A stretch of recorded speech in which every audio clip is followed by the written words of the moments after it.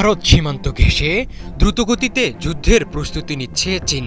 সীমান্তের খুব কাছে যুদ্ধবিমানের জন্য নির্মাণ করা হয়েছে ৩৬টি শক্তিশালী আশ্রয়কেন্দ্র।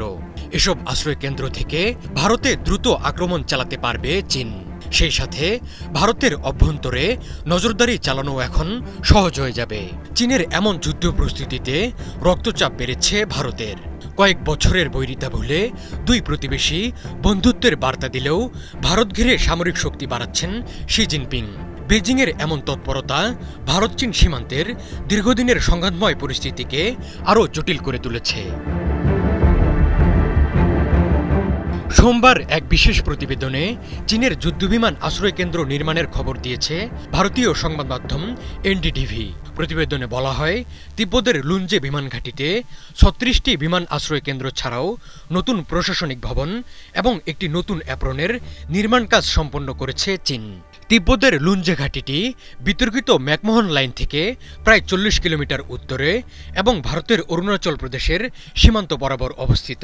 স্কিন শুষ্ক রুক্ষ হয়ে যাবে বলে কি বাইরে যাবে না? জাস্ট 1 2 3 4 করো, স্কিনটাকে রিভাইভ করো। অরুণাচলের তাওয়াং শহর থেকে এর দূরত্ব মাত্র ১০৭ কিলোমিটার। নতুন শক্তিশালী আশ্রয়কেন্দ্র চীনকে যুদ্ধবিমান ও ড্রোন মোতায়েনের সুবিধা দেবে। এতে ভারতের বিমান বাহিনীকে প্রতিক্রিয়া জানানোর সময়ও কমে যাবে চীনের, কারণ ভারতের নিজস্ব ঘাঁটিগুলো অরুণাচল ও আসামে অবস্থিত। প্রতিরক্ষা বিশ্লেষকরা বলছেন, এই নতুন স্থাপনাগুলো চীনের আকাশযুদ্ধ সক্ষমতা উল্লেখযোগ্যভাবে বাড়াবে। এর ফলে চীন দ্রুত যুদ্ধবিমান ও ড্রোন সীমান্তে পাঠাতে পারবে। এই বিমান আশ্রয়কেন্দ্রগুলো যুদ্ধবিমান ও হেলিকপ্টার পরিচালনা সহজ করে তুলবে এবং সংঘাতের সময় চীনের সুবিধা বাড়াবে।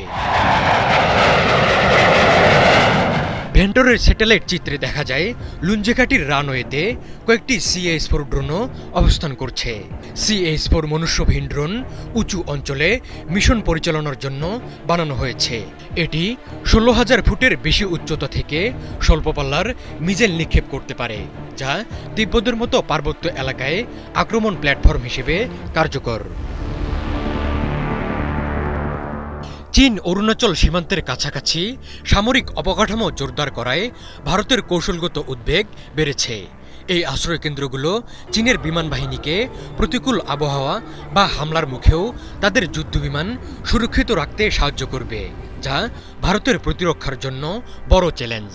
ভারতের বিমান বাহিনীর সাবেক শীর্ষ কর্মকর্তারা মনে করেন, এই ঘাঁটিটি এই অঞ্চলের জন্য বড় হুমকি সৃষ্টি করবে এবং এর উপযুক্ত জবাব দিতে ভারতীয় বিমান বাহিনীকে প্রস্তুত থাকতে হবে।